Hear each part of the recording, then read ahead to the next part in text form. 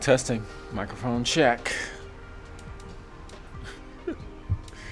Testing. Testing. Microphone check. Is it going down or up? Okay, going up. Oh, no. Peek in there. Okay. Oh, no. Gotta mess with these levels. No. Okay. Testing.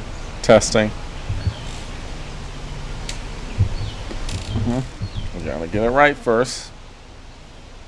Test. Microphone check. 1 2 1 2. Well, let me know if I'm hard to. Let me know if it's difficult to hear me. Looks okay, but sometimes it can be deceiving in terms of this level monitoring. With the software I'm using. Okay, so welcome.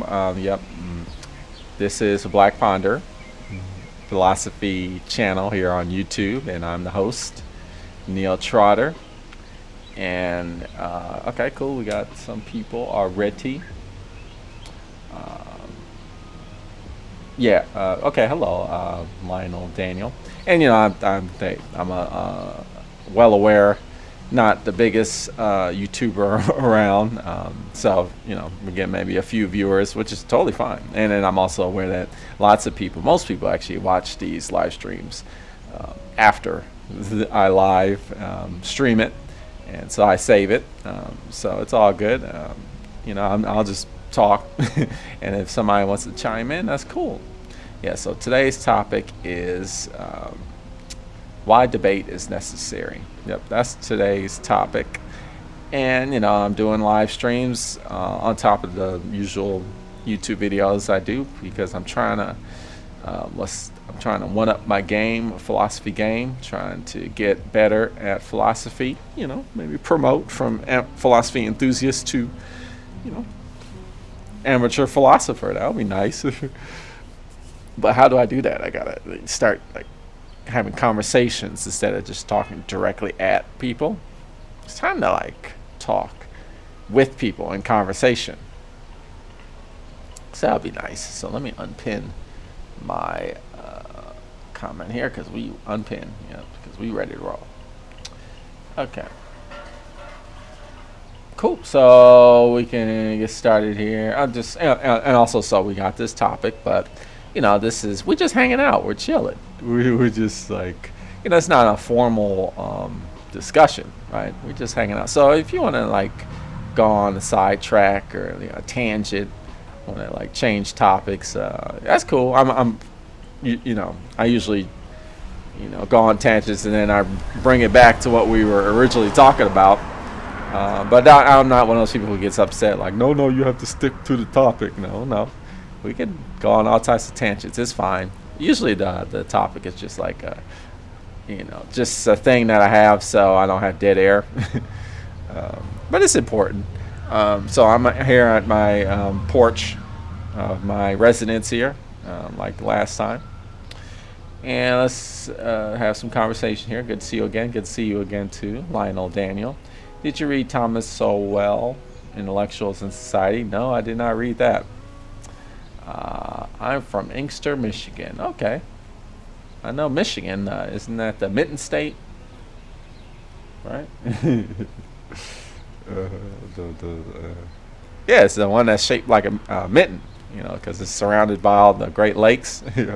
I don't know, Inkster. That's cool. I'm up here in Memphis, Tennessee. What philosophy book I should read to understand the Socratic method? You should definitely read Plato's dialogues. What are they called? I got disconnected, but I think I'm back here. Okay, successfully connected. Yeah, and then also the thing is, I do, here in Memphis, Tennessee, the South, we got kind of spotty network, internet connection. We're not like other countries like Japan or or what else? A lot of Asian countries, or a lot of European countries where they got really nice internet infrastructure. No, here in lots of the parts of the United States, they say we're the greatest country in the world, but yeah, I don't know about that. Our infrastructure ain't the best, so we might be cutting in and out. Sorry, it's not my fault. And then Anarchy Television. Hello, how are you doing? Good to see you. Okay. Yep. And then please feel free to chime in. Let's see here. Just making sure I am still connected. Let me do a status check here. Looks good. Excellent condition. That's what it says.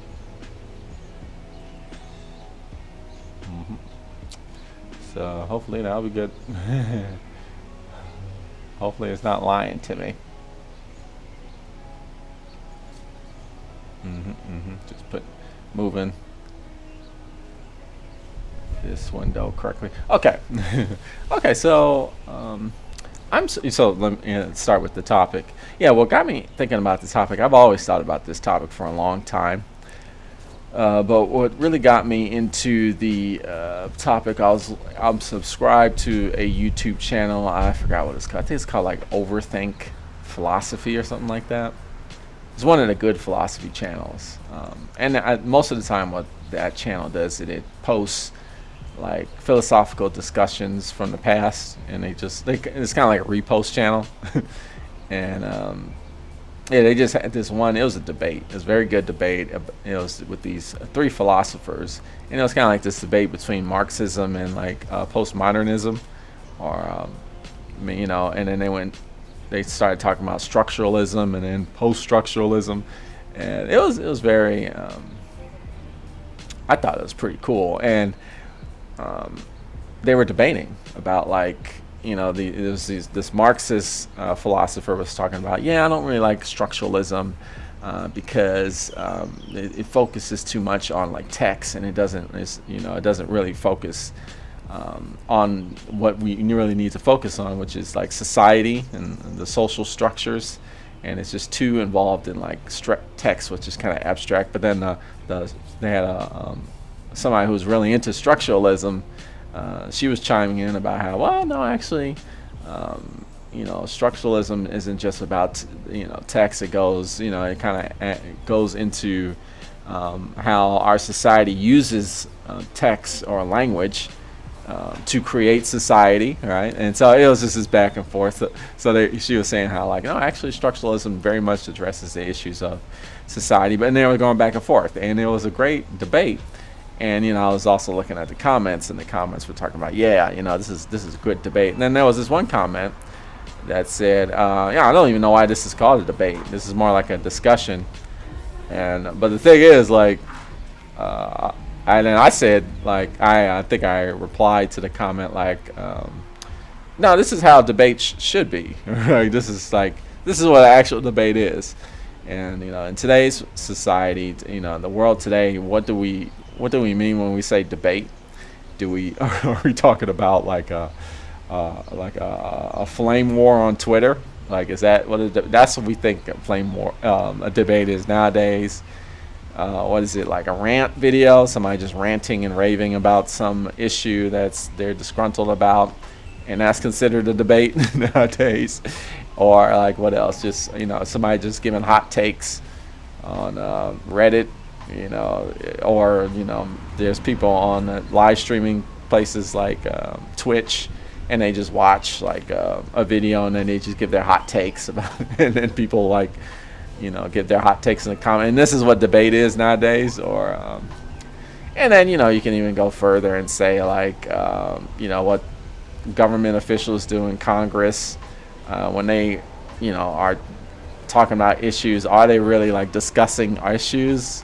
And then we could say that that's debate. What they do in the legislature, right? The Senate and the House of Representatives, and they're like going back and forth about these very important issues. And sometimes they're yelling at each other, and they're going at each other's throats. And people say like that's debate, but that's not even debate, right? That's just like people just talking at each other. And then you can even go further and talk about how, so debate is like what they do in, when you're on a debate team in school and you're trying to debate each other and you're earning points and there's like judges that, is that even debate, right? I would say no. I mean, it's a sport that uses debate as its framework, I guess, or its its foundation, but it's a sport, right? Debate shouldn't be a sport, right? There is a sport, I guess what would you call that? And honestly, it's I guess it's a competition or a contest, but it's kind of like a sport, right? When you're on a debate team, but is that debate? Because no, because debate is something that should not be the focus. Should not be you trying to win or you trying to disqualify the other person's point of view, right? Or dismiss somebody outright completely. Like that's not like what debate should be, right? And that's what we're gonna talk about today. So hopefully the the audio is good, but we'll see. So I guess the question is like, why is this important? Like, I say like debate is necessary because, a lot of people. So we look at the state of people like exchanging ideas today, and it's like flame wars, and it's ranting and raving, and people shouting at each other, throwing obscenities at each other. And it gets really intense, right, when you start debating about really important issues, like when we start diving into the realm of politics and religion, and people start getting their feelings hurt. It gets kind of rough, or people start really getting into like cultural issues, like social, economic issues, right? And so a lot of people just disengage. You're like, oh, that's just a complete waste of time. Like talking about debating ideas or like going back and forth, and you're not going to get anywhere with that. There's no point in doing it. So lots of people just disengage.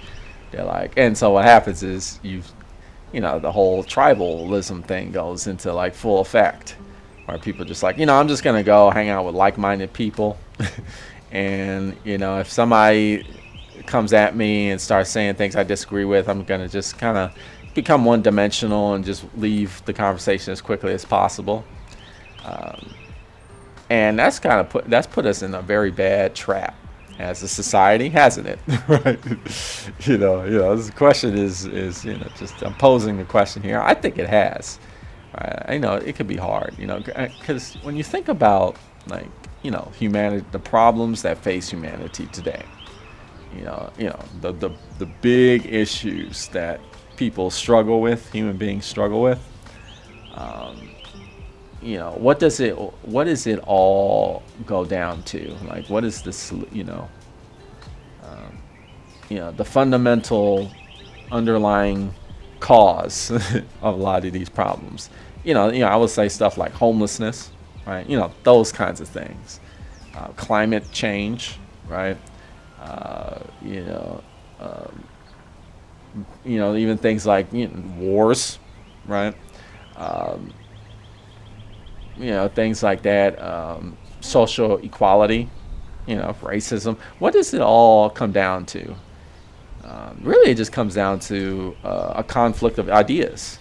When you really think about it, it's like people disagreeing with each other to the point where it becomes life or death, right? And I would even say stuff like homelessness is an issue, and we could talk about that. It's really comes down to a conflict of ideas, and so if we're not willing to like discuss our like deal with this conflict, if we just disengage, or we just or we just are just talking at each other, we're not able to like discuss conflicting ideas like in a constructive, progressive way, then we'll never solve these problems. That's why it's necessary, right? And then anarchism television says distractions from what's really going on, right? They kind of And so they people disengage, right? Which is important sometimes. Self care is important because some I know issues can be very heavy, and you're like, God damn, I just want to watch. Let me just watch the sixth season of Stranger Things. I never watched that show before, but I think they're up there that season. I don't know, but you know what I'm talking about. They just like, oh, let me turn on some Netflix, and just not pay attention to this, which is important. But you can't just disengage all the time. At some point, we have to like address these issues. Most people live paycheck to paycheck and are 2 paycheck away from being homeless themselves. It's true, you know. So there's one thing. I mean, we could talk about that. I mean, there's because I mean, I talk to people all the time where it's this idea like, oh, um, people who are homeless, the reason why they're homeless is because of some sort of failure, right? They have failed in life. Like they've done something wrong. They've made an accident, right? And it's a cruel world out there. This is the idea. And sometimes you make a mistake, and it could send you down a path of misfortune. And this is what happens. Maybe it's a lack of responsibility, and that's just a wrong. That's not what's happening, right? With homeless, it really isn't. As somebody, I'm part of a lot of social activist groups that does a lot of mutual aid with homeless people and houseless people, and it's not that, right? What's really going on is our social systems are skewed like unfairly, and you see like the same kinds of people in the similar situations in these in homeless situations. You have to like kind of start putting two together, and it's like everybody makes mistakes. Everybody goes does things that might not be the best thing at the time. And a lot of people have safety nets and others don't, right? And then also I witness a lot of people is like, wow, you didn't do anything. Like you basically like you're just in this situation because you got screwed over by society. And so, you have to start talking about like, okay, what is really the cause of homelessness, right? And so then you have to start getting into this debate, right? Because some people are like, no, actually, this is a dog-eat-dog society.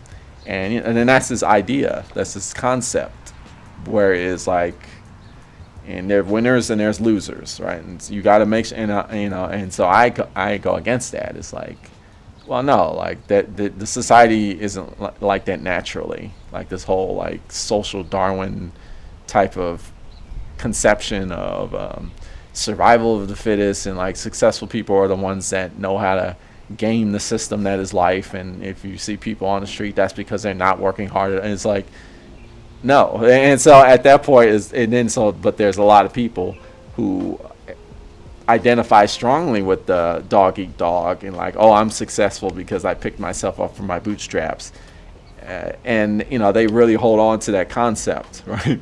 And so there needs to be a kind of debate happening, because if we continue to just like hold on to this false reality, right, then we're never going to solve the problem that is homelessness. Right, it's just not going to get solved. It's, the idea is like, oh, well, charity, and we'll just throw money at the issue, and it's like, but if you don't come to the fundamental root cause, which is like the root cause is like a social idea, right? That's the root cause. It's this idea of, well, some people just deserve to be homeless, right? That's an idea, right? And a lot of people wouldn't say that outright, but a lot of people think like that, right? And so we have to examine, why do people think like that, and that kind of thought process is what's fueling homelessness. So we gotta have this debate, right? And that's just one example, right? That's one example. We could go further. Let me see if yeah, so I definitely want to talk about what is the true definition of debate. Like, what is it? What does debate mean? Right? Like I was saying before, like debate is. A lot of people think what debate is all the things I said before. Hot takes. yelling at each other, talking at each other, not like in a conversation. Yeah, I remember. So I was watching that YouTube video with that really nice debate, and somebody commented like, "Oh, this is more of a discussion," and I'm like, "See, that's a problem. It's like people separate discussion from debate. Like people think like that's two different things. Like, well, that's a discussion, and this is a debate. No, it's like a debate is a kind of discussion, right? It's a discourse." Right, debate is basically a discussion of conflicting ideas. But then people start associating with, a debate has to be like, one person has to win, one person has to lose, and one person's idea has to be completely crushed, and another person's idea has to be like completely like shown that it is correct. And that's not what a debate is either. All it is an exchange of conflicting ideas, just a back and forth conversation. That's all it is. And we don't even want to do that. We're like, you disagree with me? I'm not going to talk about that. Right? Which is very harmful if you really think about it. Considering like a lot of things that are that we disagree with are really the cause of a lot of problems, right? Let me read.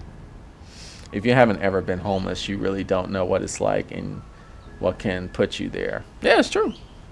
It's true. And that goes for so many things, right? I've personally never been homeless, thank God. But I have close loved ones, family, and friends who have been homeless. So I learned a lot from them. I'm like, okay, so it's not a situation where, I fucked up or I made them. No. It's like, you were just in a situation that you just didn't have a safety net. Like, somebody couldn't bail you out, or, somebody abused you. And it was you either stay in that abusive situation or you just like become homeless. Like, I mean, what kind of option is that, right?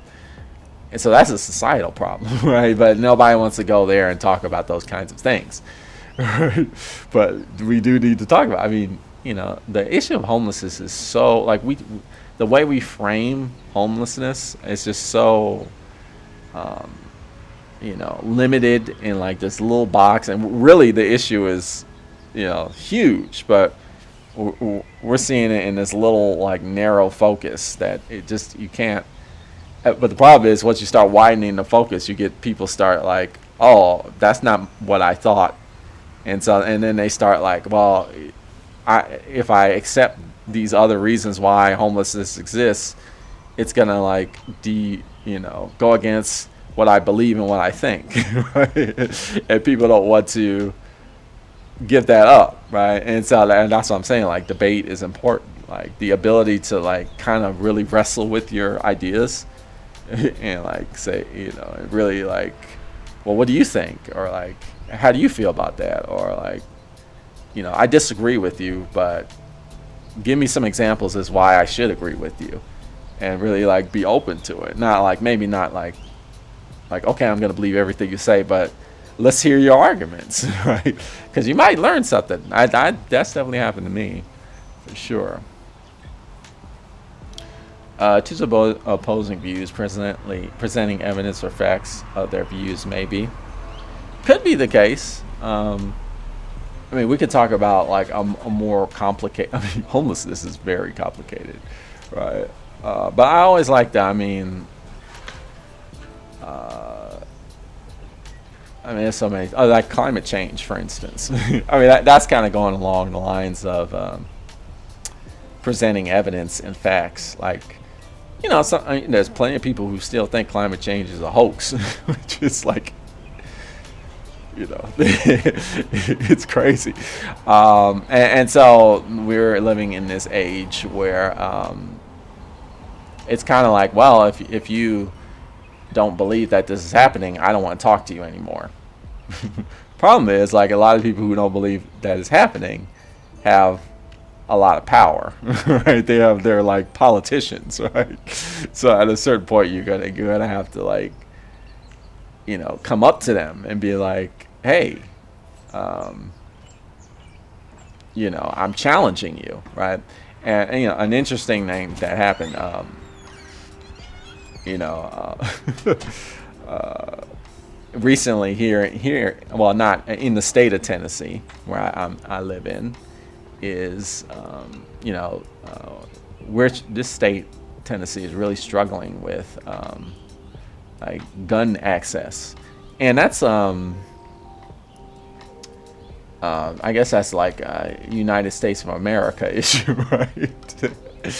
The most common, for example, like here in the city of Memphis where I live, the most common cause of death of children is firearms.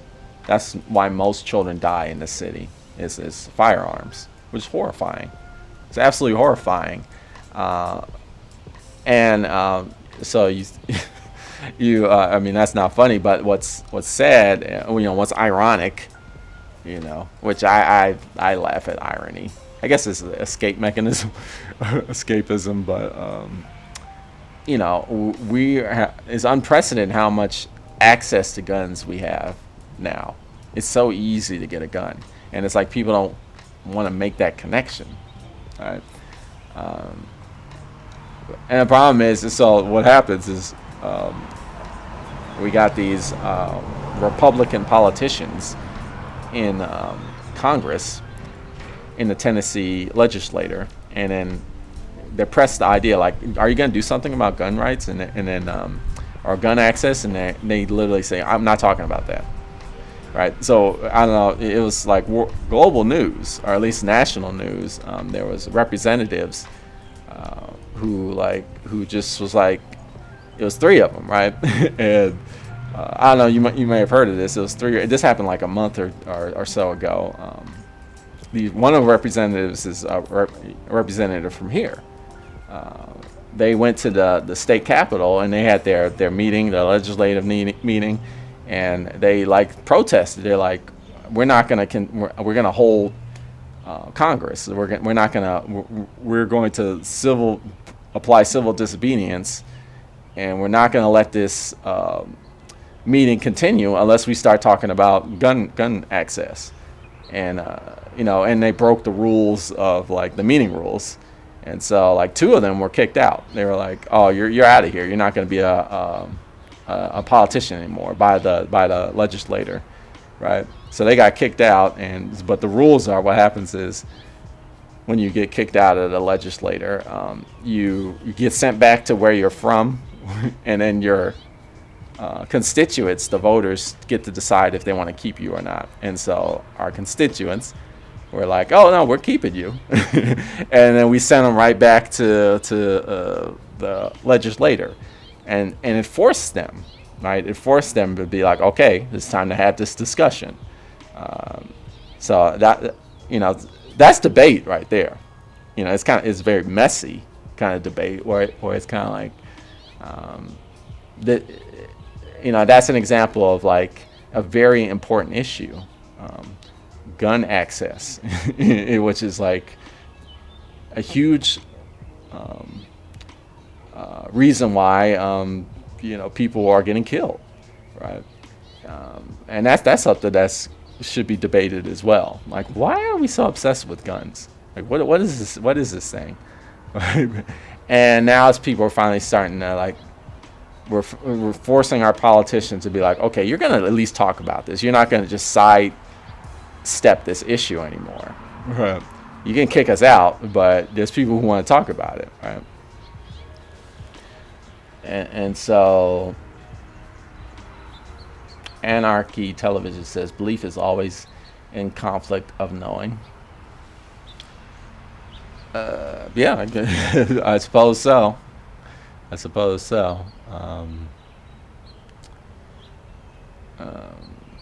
Well, let me read some chats and then I'll continue another example. Criminals don't obey laws, so all these laws will only affect the ones that need their Second Amendment intact and protected.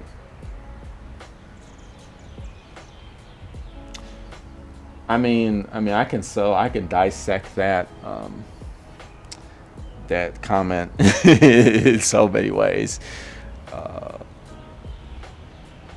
criminals don't obey laws. Like, obey what laws? Like, because a lot of laws are unjustifiable, or if maybe we're, I mean, what laws? Like, what do we mean when we talk about criminal and we talk about crime? Like, what crime? Right. Why are laws being broken in the first place? Right? Is it this idea like, oh, laws are broken by criminals, but who are these criminals? Like, who are these people? Right? It's not just some like, monolith, or just some like shady person with a hat and a mustache twirl. Who are these? Like, why are these laws being disobeyed? There's like a reason, and like you got to be more specific. So all these laws only affect the ones that need their Second Amendment intact and protected.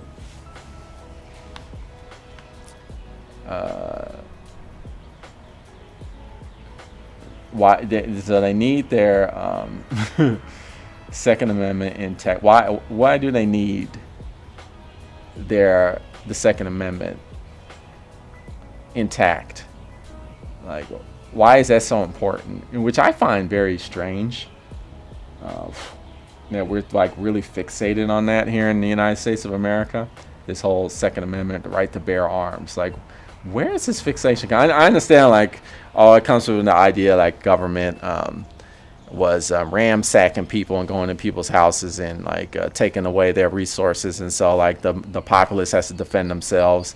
But that's like a very old ass like, the British is coming type of like a red coat type of like concept, right? Does that even like apply today? Yeah, I don't think so. I don't know.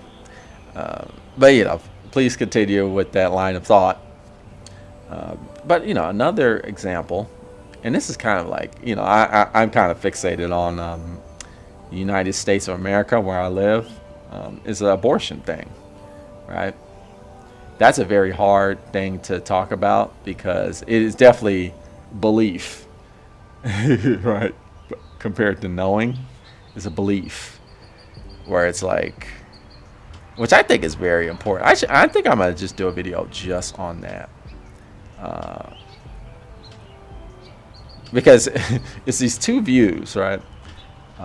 Bodily autonomy, murder, right? Some people, there's people who think like,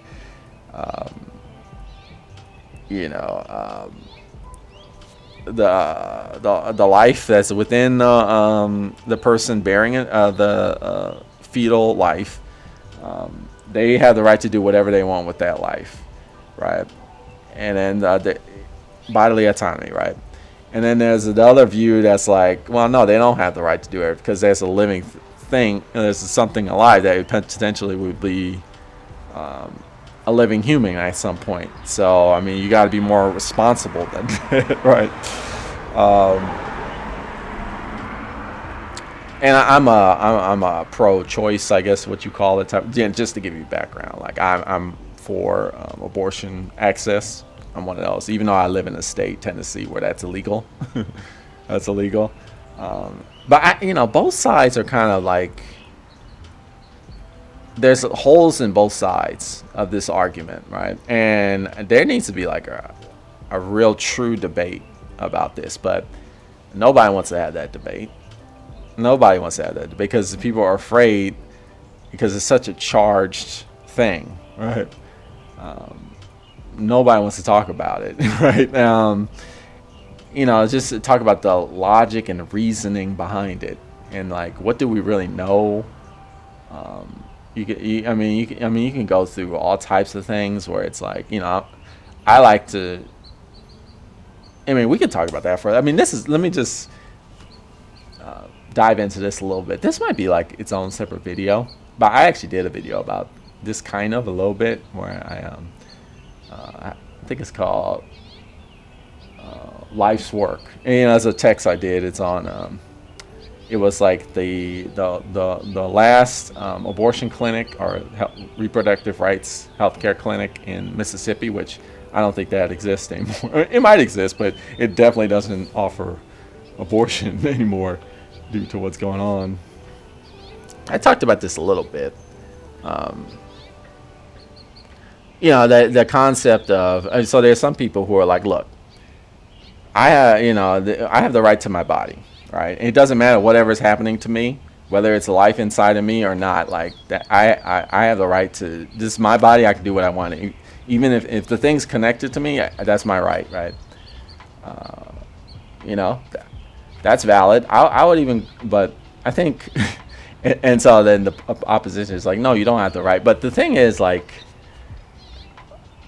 you know, how are we defining life, right? How are we defining life? I mean, that's the thing. Like, why are you for abortion access? Is it for any reason, or is it only for a particular reason? Um, yeah, I just feel like I'm a feminist, and I think like we have a huge problem in society where we um, the control of women is just a thing that has existed throughout much of history is a form of exploitation, and we subjectify women, right? And one of the ways we do this is we don't allow them bodily autonomy, right? And it's all just for the sake of this patriarchal Puritan framework, Calvinist like framework that serves the current like status quo that we have, right?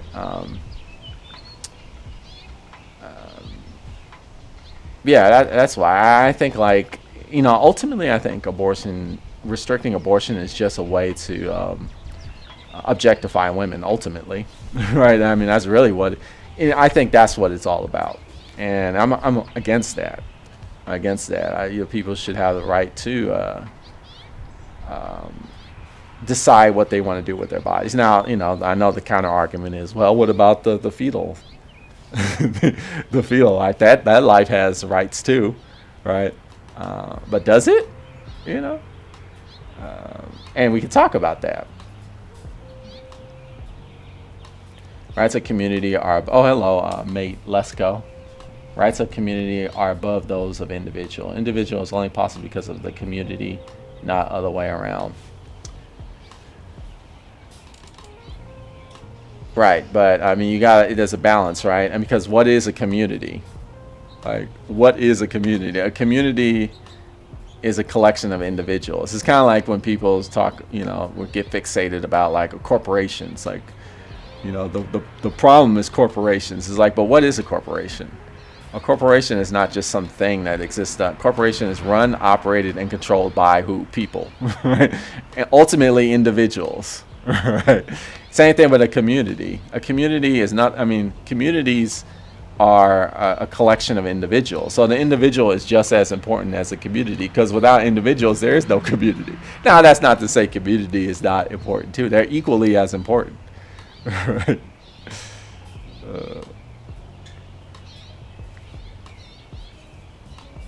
That's why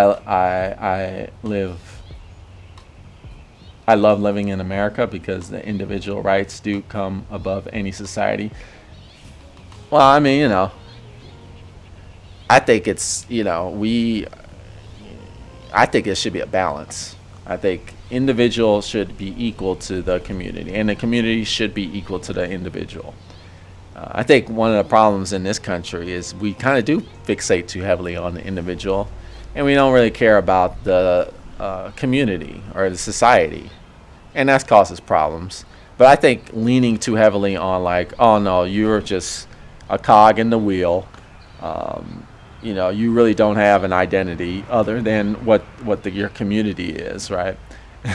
That has problems too, right? Because then it's like, that stagnates, human progression, because you identify with this concept of community where it's like, well, people are different, right? Like you kind of limit ways in which humanity can grow because you're just so fixated on like your conception of what human beings should be, right? And it does happen. Some people will say like, well, no, what happens is human beings come together and then as a collective but it doesn't work like that, because what happens is when people come together, then they create this concept of like what a human should be, right? And then everybody strives toward that, which is limiting, right?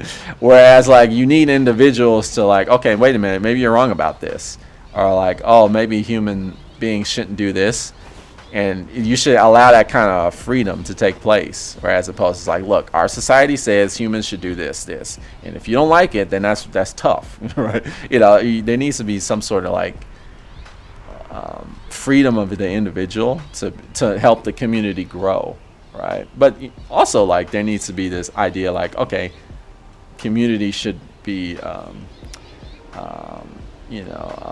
part of what drives humanity forward. Absolutely, it's not all just individuals. That's true. Family, but what does that even mean, family? Right? You mean like blood relation, right? Or do you mean like, because some families don't like, I mean that's a low, that's a word that's very nebulous in and of itself, right? What do you mean by family? A nuclear family? They use your individual rights to divide. I don't see how that. I don't understand. Explain. How do individual rights are used to divide? Yeah, I'll see it. Oh, blood relation. So adoption is like not a thing. Like you don't consider when somebody adopts somebody that's not family to you, or like when somebody becomes really close friends with somebody, and then it's like, oh, you know what? I see you're struggling here. Let's maybe you can hang out, live with us for a little bit. That's not like family to you. Our individuality is what makes us stronger. It doesn't divide us. Division only comes from those who wants to confuse and distract us. Bivos. I don't know what bivos is, but my vocabulary is not that high. And that's the straw man. What do you mean straw man? I'm saying you're saying I'm proposing a straw man's argument. I'm saying like, I think our idea of family is incorrect nowadays. And when I'm saying family, I'm talking like that patriarchal kind of family, right? The husband, the wife, the 2.5 kids, the dog, the cat, the white picket fence, the nuclear family. We are so fixated on that. It really doesn't,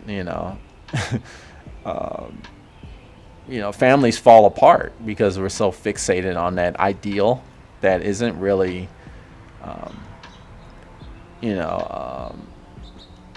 the only definition of family. And it's actually like a minority definition of family, but we treat it as if that's the only form of family, right? And that's probably, we run into a lot of problems with that kind of concept.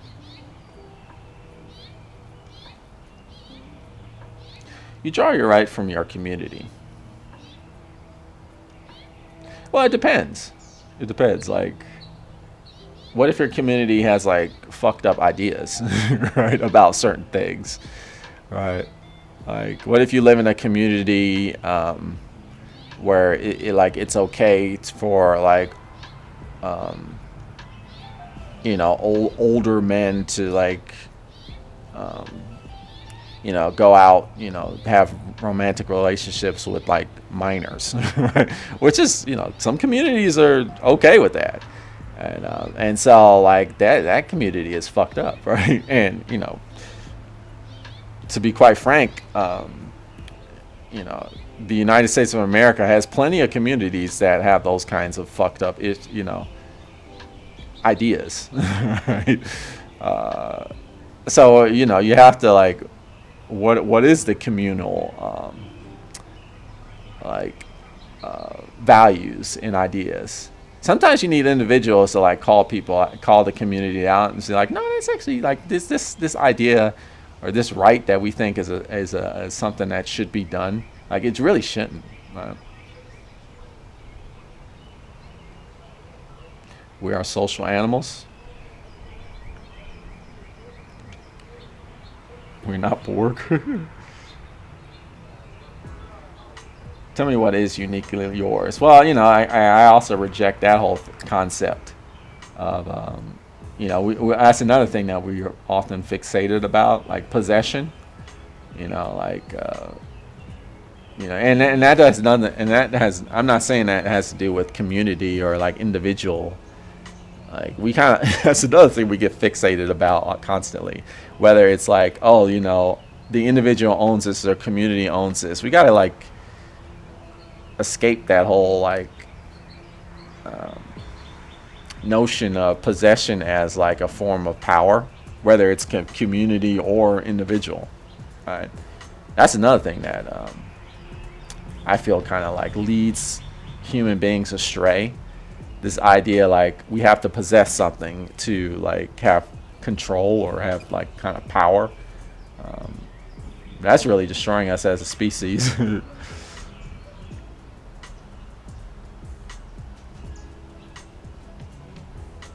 Everything you have drawn from your environment. Yeah, and that's kind of true. And I would even say like, you yourself are the environment. We are stardust. But I think that's kind of a separate kind of thinking than individual versus cultural. Right? Can you be happy alone? I don't know. I like being with people. Some people like being alone, though. I don't know. Mayank Verma, hello. Just read The Stranger. I just got Kafka vibe. Your take. That's cool. Yeah, Stranger is cool. Yeah, I've done a video on The Stranger. Yeah. And welcome, Mayank.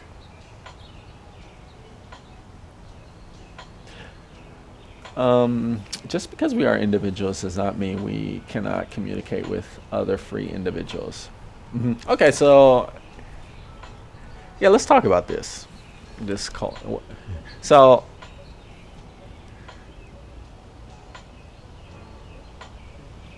I mean, here's an example. I currently live in a community where abortion is illegal. See, now I'm bringing it back. I'm good at this. I'm bringing it back. I live in a community where abortion is illegal. Now, it has been the case that minors have gotten pregnant, and we're talking really young girls, right? And we live in a community where that these young minors who are pregnant cannot get an abortion, right? To the point where the pregnancy could endanger the life of the minor. Yet still, the law of the community says, well, I guess it's just worth the girl dying, right?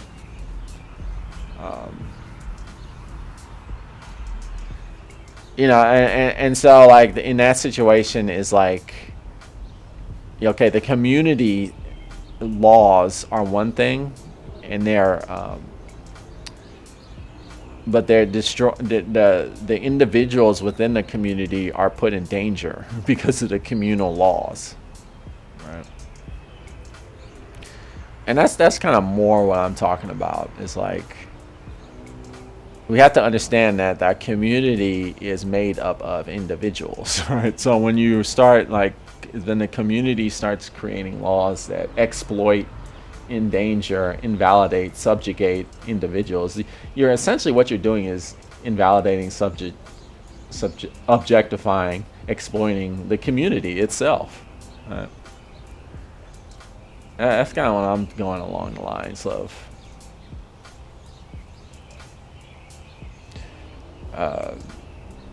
So what's going on here? Hey, happiness.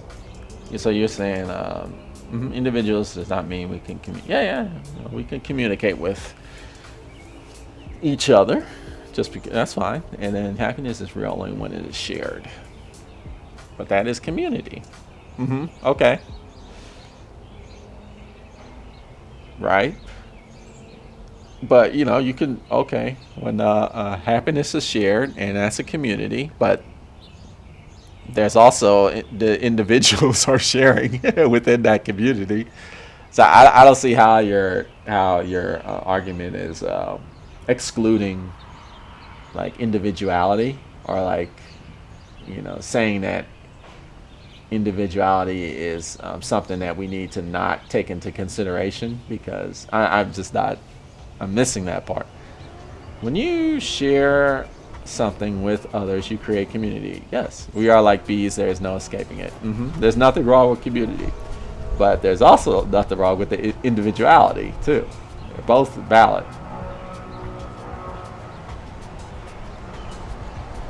Mate, in some countries, yes. Right. So I don't know what that was. Anarchism Television says in some countries, yes. Are you saying like the story that I told, which is a real thing that's happening now? So in the United States that's happening, but other countries as well. So what I'm saying is, like, at this point, when those kinds of things happen, the individuals have to be like they have to speak out and step up and be like, this is just not acceptable. Whether our community is saying this is acceptable, it is not, right? That's what I'm saying. Like, sometimes the individual has to call out the community and be like, this is wrong, right? That's what I'm saying. It's a balance.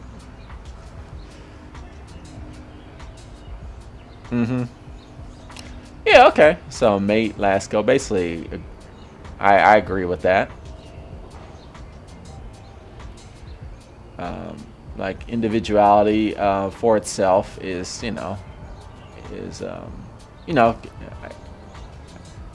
it's like it's a dialectic, as Hegel. I've done a lot of videos on the philosopher Hegel. He talks about this a lot: individual versus collective, right?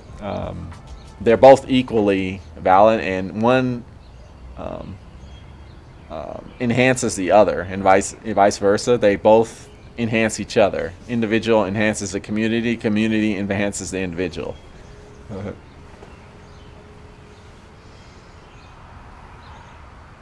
Yeah, I actually have a poster that never underestimate the stupidity of violence of large crowd.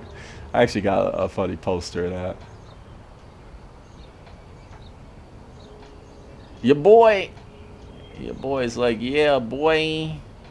Hegel was like, your boy.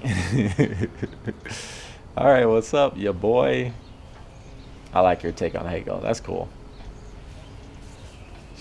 All right, so what's another example? For example, another example that I bring up. Yeah, I think I'll hold off I think that'll be a live stream in and of itself, that whole abortion thing, because I can go deep into that. But another example is climate change, right? Climate change, right? Because some communities, so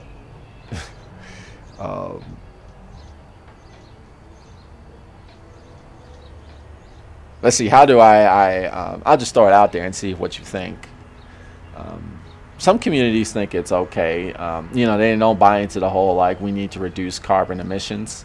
Like, no. We need to invest in carbon fuel, CO2. We need to build pipelines, right? That, like, move gasoline and fossil fuel that's in the ground from one part of the country to the other part of the country, like from Canada to like the southern part of the United States. That's what we need to do, right? That's the thing in the United States, right? Some communities aren't, but then others are like, no, we need to like abandon fossil fuel needs to be abandoned, right? So in that case, like you have communities conflicting with each other, right? And this isn't individuals; these are like communities, right?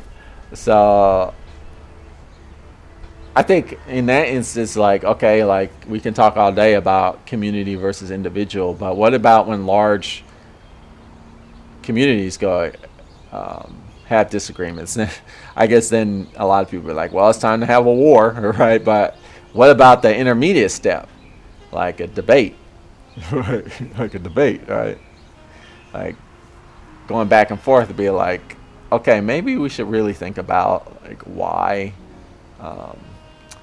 we should reduce fossil fuel. That's the thing that we should really start thinking about. And and a lot of communities are like, look, we have careers, we have people who like their livelihoods depend on oil, coal mining, and working on oil rigs, and you just got to take that away from us. That's messed up. And so they have a point too. They're like, hey, you got to take away our livelihood. So there needs to be kind of like an interaction of, like, oh, okay, we hear you. Okay, maybe we can create some sort of like, career exchange program. We can like supplement your wages even until you find another job. Because right now it's kind of like even, which is why a lot of you got a lot of people hopping on the Donald Trump train, right? Because a lot of those people who are in the fossil fuel careers, they're like, man, these Democrats, they don't care about us at all. Like, what I understand, like they're like, well, I understand you got to reduce fossil fuel, but if you shut down this coal mine, I'm out of a job. I can't support myself. And then the politicians like, oh well, that's your problem. It's like, see, so that's why there needs to be a conversation. Be like, oh, okay. We can't just like shut down everything completely and just leave people hanging. We got to be like, okay, we need to supplement these people somehow, and we got to like create programs where they can transition to careers that are more friendly to the environment, but they can still support their families, right? So that's what I'm talking about. Like, these are the kind of discussions that need to take place, rather than like, oh, we just got to go ahead and just do the get rid of all fossil fuel, and people who work in that industry be damned, right? So, you know what I'm saying? Like, and both sides do this kind of thing. That's what I'm talking about.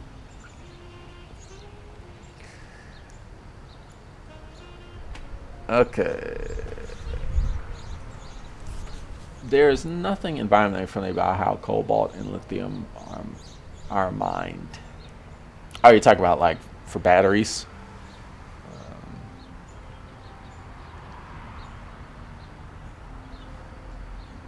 Mm-hmm. So there's that. And yeah, so that's a discussion you could have. How like, well, actually, there is some environmental adverse effects happening when you mine the resources that are necessary to design these batteries that are going to go into like electric cars and eventually electric airplanes, right? So how are we going to deal with that? And there is a way to deal with that, by the way. Like, there's not an environmentally friendly way to do that now, but there can be if we like kind of like talk about it, right? Instead of just like, oh well, it's just that's end of discussion. And your boy is like, the developing world can't develop just because we already did it and now think it's bad. Yeah, well, that's a misnomer, right? The developed world, right? The developed world. I mean, United States of America is the developed world, but like people can't even afford like healthcare, right? Is that developed? When people can't even like afford to like, basic health. When we have like so much homelessness in our country, right? When people are like not even able to like go to college, they're like, I can't. I'm just not going to go to college because it's just too expensive. Like that's not developed to me. That's like, living in like the Stone Ages, right? That kind of like environment where you can't even buy a home anymore. Like that's just like outside the realm of possibility. Like that's developed, right? Because housing is so expensive nowadays. So people will say like developed, but I mean, like, I guess they're looking at like underdeveloped countries, which are also horrible. They're in horrible states. But when you when you use these low bars to define your status, I don't know. I think we gotta really examine like the terms we use and like what we mean when we say these things. Or, like, what do these terms really mean? And like, do they actually like apply? You know what I mean? I don't know. Okay, and then you're saying, I'm just thinking, this is Mate Lasco. I'm just thinking that escaping community in its final form is impossible. Free-thinking individual is like free-floating existence in a void of entry space, completely unattainable. Yeah, no, I agree with that. It's like, a fish without the fish bowl. Right. The fish needs his fish bowl to survive. Yeah, every time you have a thought, it's gonna, and you share that, you can have a thought in your mind, but the only way that thought becomes like a reality is through the sharing of it, right? And so the community is absolutely necessary for that to happen. So yeah, it's true.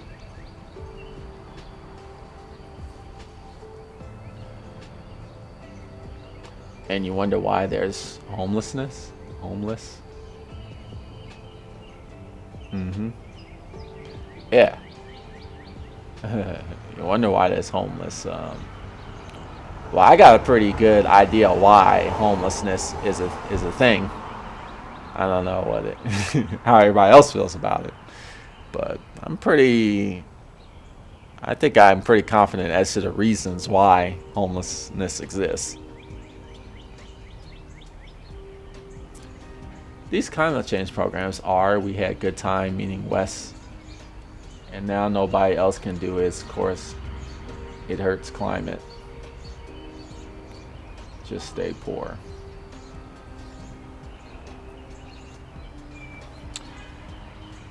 I mean, the thing is, like, we have the technology. We have the current, like, we can, like, the effects of climate change can like end relatively quickly. Like, we have the technology to do what needs to be done to address climate change. It's just there's no political will to do it. Right?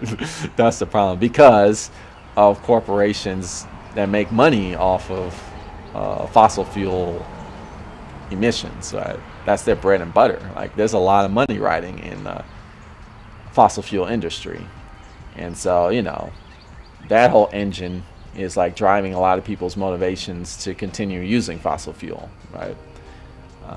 But it's not the situation like, oh, we don't know how to. The technology exists, right? It's just we gotta have the political will to do it. Right? That's why there needs to be individuals need to step up and be like, this is not right. We can do this. It's just this greed is like destroying us. Right?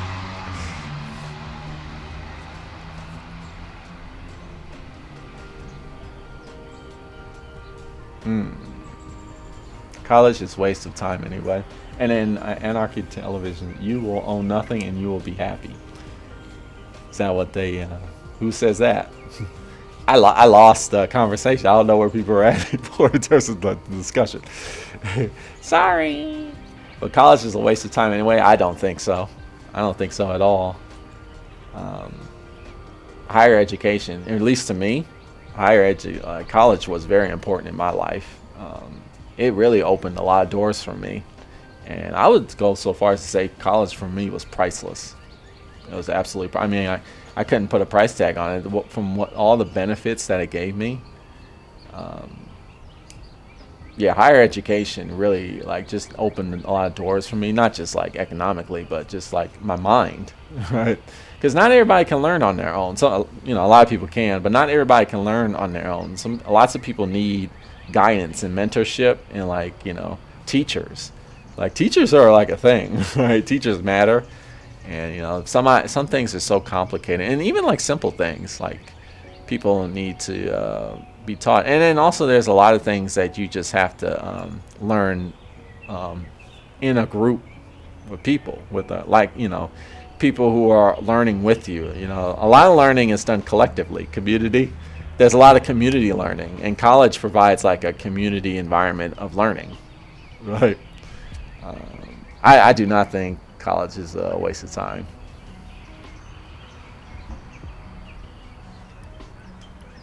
Yeah, the U.S. looks developed in movies, but a lot of movies it looks like it looks bad. It just depends on what movie you're looking at. Right?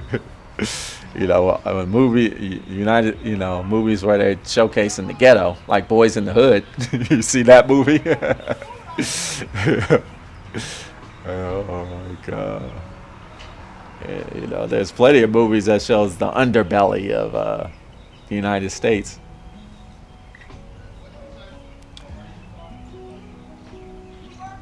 It's easier for people to believe a lie than be convinced of the truth.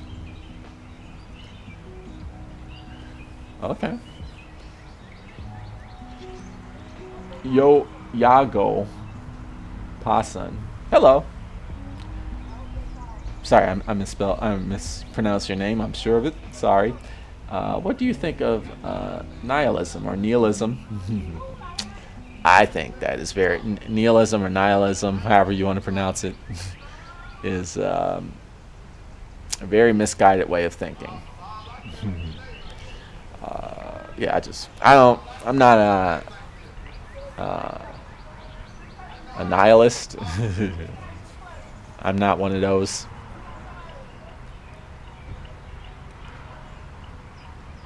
Let's see. And then the Bilderberg Group, and who have been working on this problem since the 50s. Are you talking about climate change, Anarchy Television? So, is that the problem you're talking about?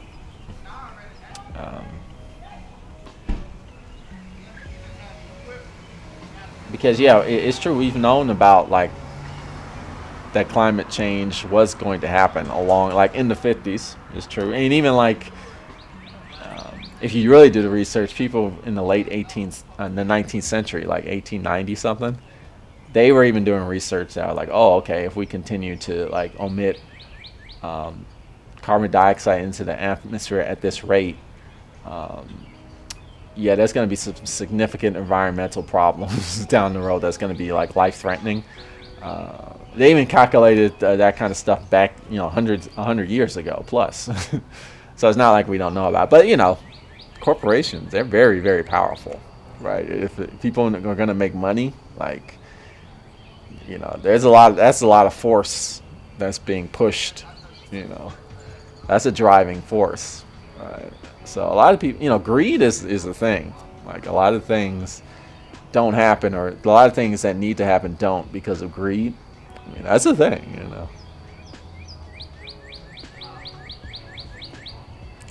And then let's go. I know what you think. I agree. It helped you in an abstract way, but not in what they say in economic way.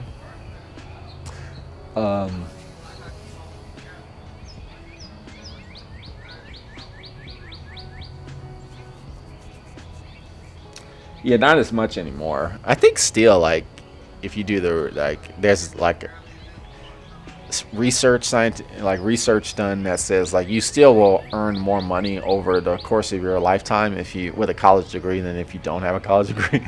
I don't think it's as much as it used to be, but it still is a thing. But I understand what you're saying. Like,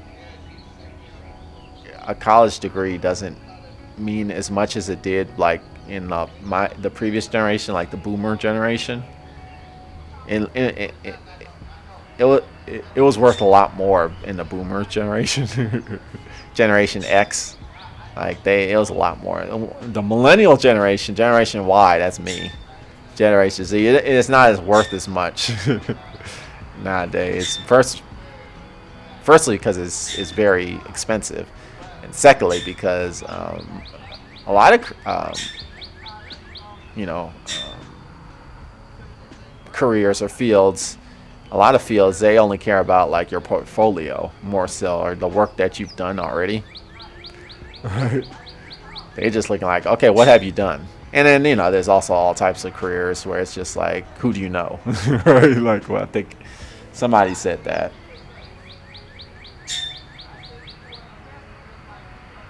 And then Quaker Anarchist Peace. Hello.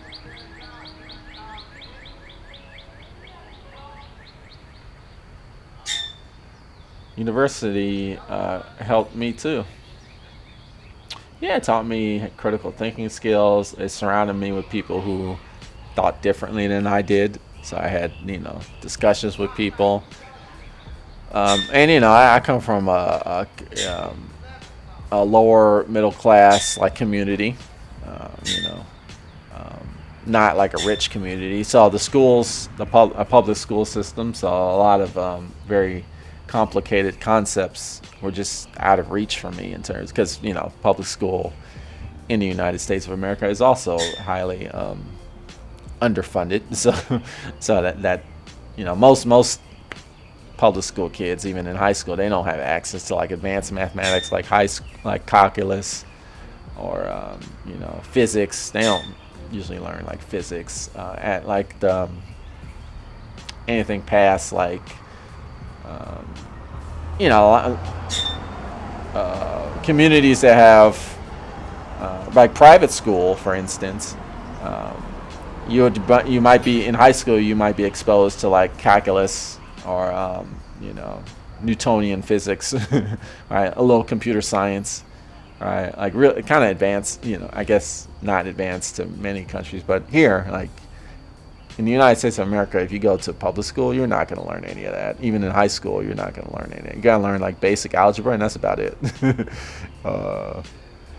you know, physics, you're going to learn like,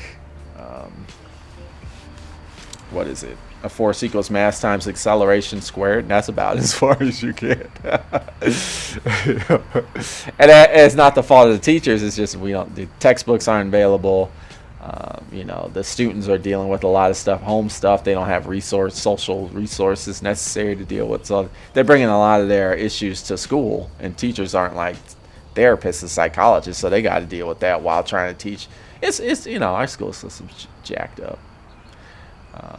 So that's to say, like, university has really helped me understand like those kinds of more advanced topics, which has kind of helped me with thinking. Dangerous kind of thinking, I'd say. Yeah, nihilism. It can be dangerous. I just think like a lot of people who are nihilists. It's kind of like a lot of people I know who smoke weed. They just kind of just don't do anything. Hate to say that, but it's true. Now, there are a lot of successful, like somebody brought up The Stranger by Camus. Camus was a nihilist, right? He was a nihilist. He thought, he believed life is inherently meaningless, but then he was like, okay, so that means like you can create, because that's what nihilism is the idea like life is inherently meaningless. There is no meaning to life. But he took it a step further, and so he went to this, which now is called absurdism, where it's like, okay, so you can basically create any kind of meaning you want. You don't have to just end it like, oh, life's meaningless, so life sucks, or like, there's no reason to do anything. He was like, no, okay, so because life is meaningless, you can like create any type of meaning you want. Like life is like an empty canvas, and you can paint your own meaning. Right. And that's what absurdism is, right? But people who say they're nihilists, I rarely, they don't jive with Camus, right? Because they're just like, whatever, it doesn't mean anything. I'm sorry if there's any like pot smokers. I actually was just dealing with I got to know another pot smoker. I know a lot of marijuana users. In a lot of American states, marijuana is legal, like California. Tennessee is not legal. It's not legal in Tennessee. But a lot of weed smokers I know, they're basically like nihilists. They're like, hey man, you know, who gives a shit, man? We're all gonna die anyway someday. Do you want some weed? Just, I know I look like a stereotypical person that smokes weed. I don't. And if you do, that's fine. That's cool. Not knocking you.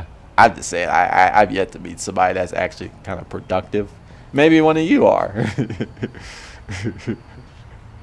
But you know, you'd be the first one I know.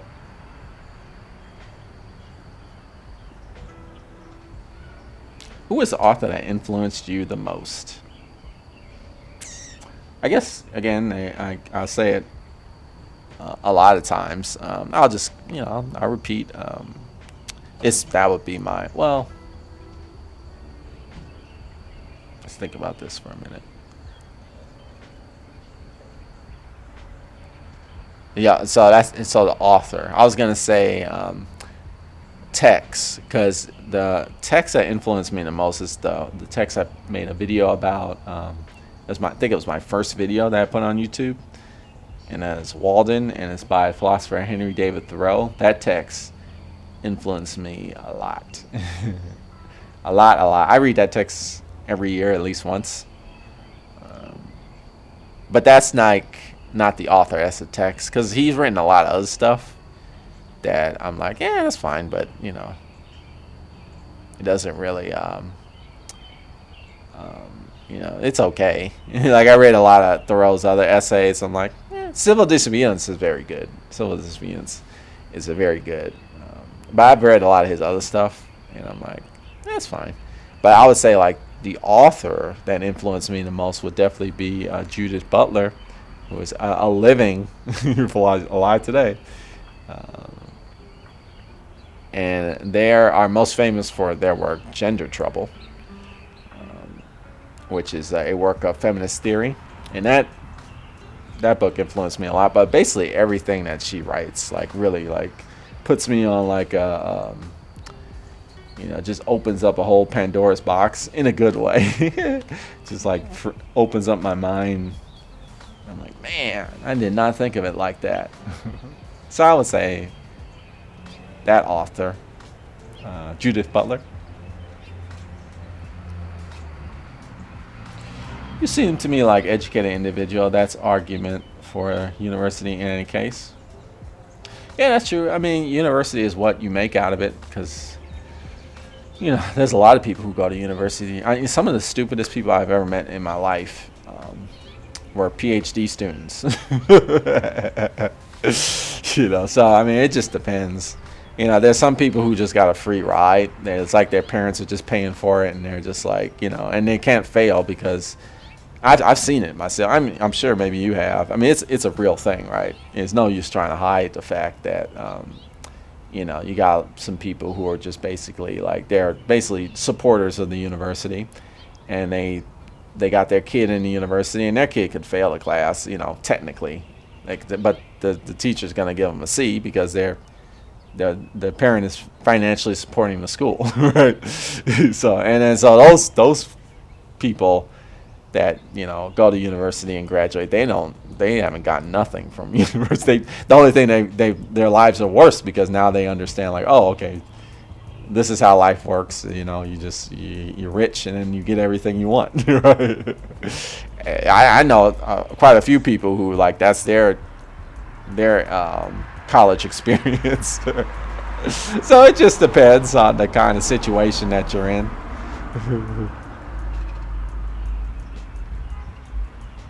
I have not read George Jackson, Life Wretched of the Earth.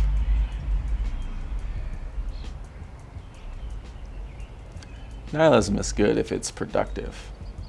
Yeah, no, that's true. Okay, is there anything else?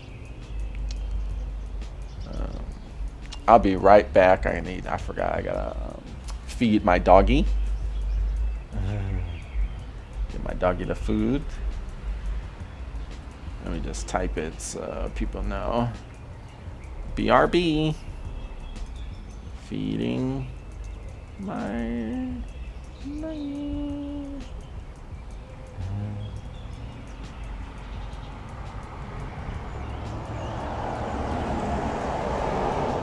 Post? Why can't I want to post. Enter. Oh, I just do this. Oh, do I have to scroll down? What's going on? Enter. I'm having technical difficulties. Oh, I see. My bad. I was in the wrong text box. Be right back. Feeding my dog.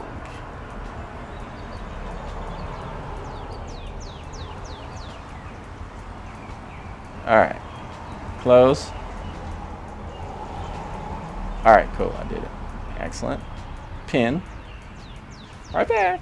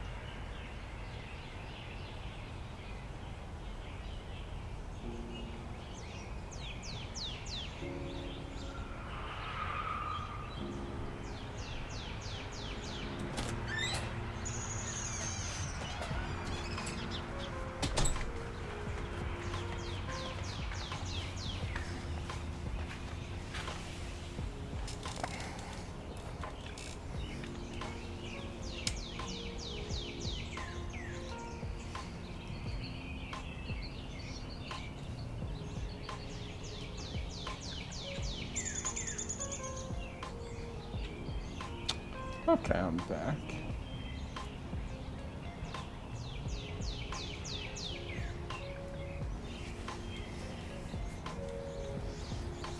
Wretched of the earth. Okay. Okay, unpin, and I guess we'll go to the conclusion. There's no other.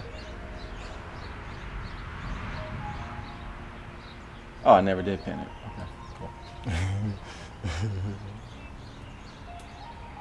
Let's see. Anything else I want to say here?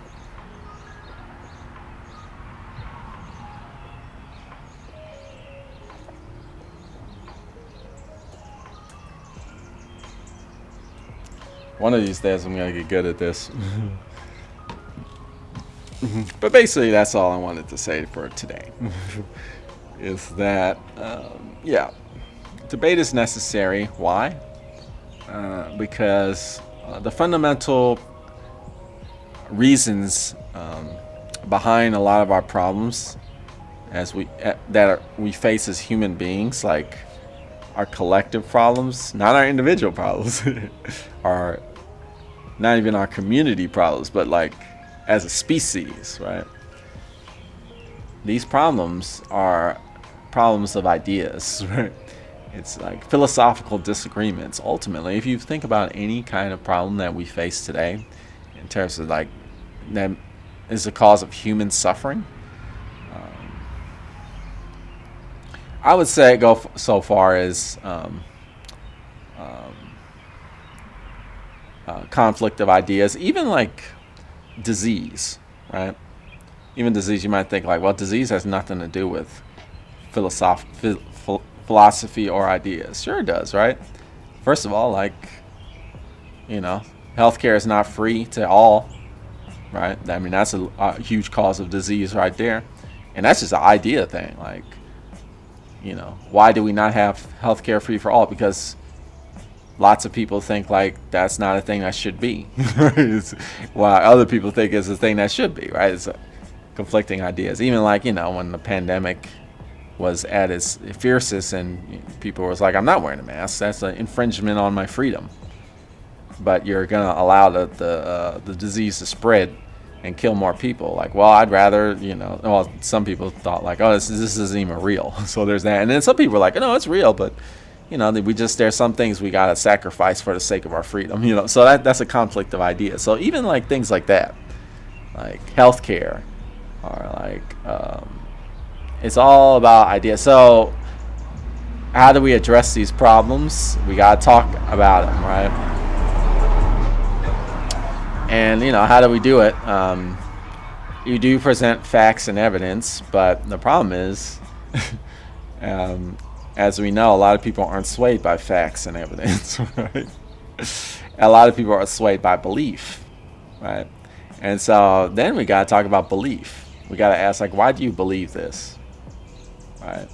Why do you believe that? We got to start going there. Be like, oh, okay, let's not even talk about facts. So why do you think this?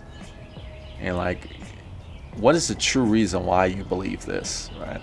Is it really like a virtue thing, or is it like you really do believe that this is for the good, or is it more like an ego thing, right? Is it just fueling your sense of self? Like, you know, that's what there we go, right?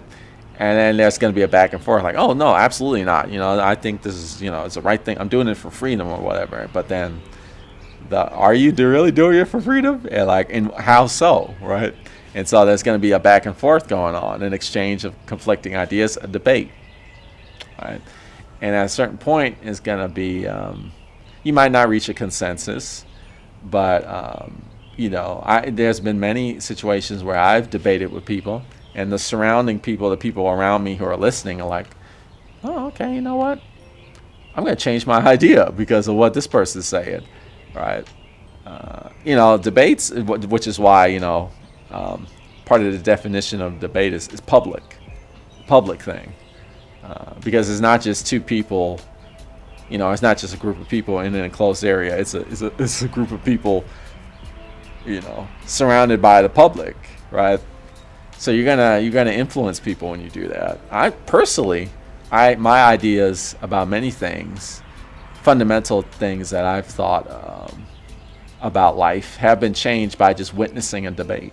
Right, watching two people debate, and I've changed my ideas about a lot of things. Like, oh wow, they provided a lot of ideas, even though like either the debaters themselves didn't change their position, but they made me change my position. Right, so I mean, there's all types of benefits from debating, right? And I think that's how we deal with these enormous problems. That we feel like, oh man, there's no answers to these problems. There is. We just gotta be brave and not be like, I'm just not gonna talk about that. I'm just not gonna discuss that. You know, we gotta start discussing these things, and you know, climate change, you know, racial disparity. That's another taboo.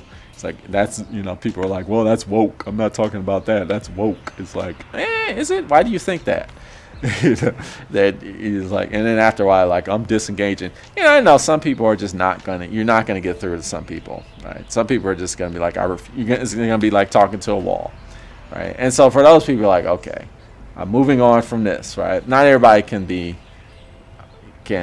you know, is open to that, but many people are, right? Many people are. You move on, and then some people, they will change, you know, but it's not up to you to change it. They can only change themselves, right? I've known many people who are like, I'm not going to budge on this issue, but then, you know, slowly they're like, you know what, I've changed my mind because I thought about what you said for like a year. I've seen that happen. So yeah, that's the thing, you know. Sexism, you know, gender inequality, uh, just social equity in general, abortion access, abortion argument, gun rights, these really taboo topics that, people are really afraid to approach. We need to have debates about them, right? Public debates and like real debates, not like rantings, people just ranting or like doing hot takes, watching somebody on some news article from like whoever, just watching some recording of some right winger, and then just like having hot takes off. I'm like, oh, this guy doesn't know shit. This guy doesn't know, kind of like what they do on the Late Show. They just like put somebody's report up, and then the host is just giving you these hot takes like, oh, isn't that funny? Isn't that? That's not a debate, right? Flame wars, message board arguments, right? That kind of stuff. That's not a debate. We gotta have like real discussions with people about conflicting ideas, and not trying to do it because I want to win, or I want to like earn a score. I want you to defeat you and your ideas. You're wrong. It's not about that. It's just about like, I think this is like kind of messed up, and we should talk about it. And this is why I think this is messed up, and this is very important to me. And and just be open to that, right? I think that's one of the first steps to solving our problems, and that's why I think it's necessary. So for those, so I'll end it there. I want to thank everybody that was watching. Thanks a lot, and we got some good discourse in the chats. Thanks a lot. If you're like what they call the lurkers, people who are just watching and not that's fine too, no problem. It's all good. If you're watching like later on, that's cool. No problem with that. And I'll probably come back next week with some more, let's see. Maybe I should start going to the more taboo topics. I was trying to like lead up to like, because some of these topics I have, they're very charged. But I think it's time. I think it's time to go to the charged topics next week. And that's what we're going to do. But that'll be a little surprise. That's all. If you want to like know, it's usually around this time. Saturday, Sunday, around this time. I think what you do, you hit the subscribe or the bell button or whatever, and then you get notified. That's the best way, I guess, to get to know when I'm gonna do live. Hit that notification bell. But until then, peace out. See you later. Thanks for watching, and I'll see you next time. Bye bye.